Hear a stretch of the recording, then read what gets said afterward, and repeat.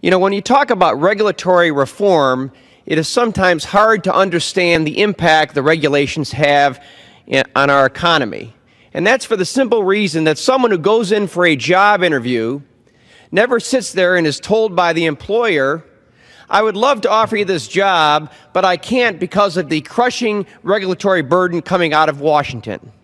And that's because the crushing burden of regulations causes the job not to be created in the first place, so hence there's no interview for the job.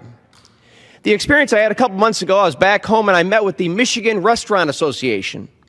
There were about 8 or 10 folks sitting around and telling me about the issues that were important to them, and they started saying, we are dying because of the EPA, because of the FDA, because of the EEOC, because of the ACA, because of the overtime rule from DOL, because of the CFPB.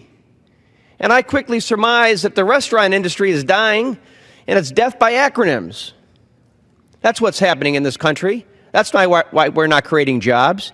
If you come in from the airport and you come across the 14th Street Bridge and you enter the city, all you see is cranes. There was never a recession in Washington.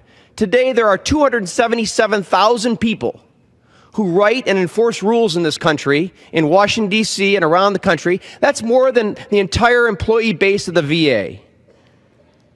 Now, a few minutes ago, my friend from Tennessee said, all these great regulations have saved our country.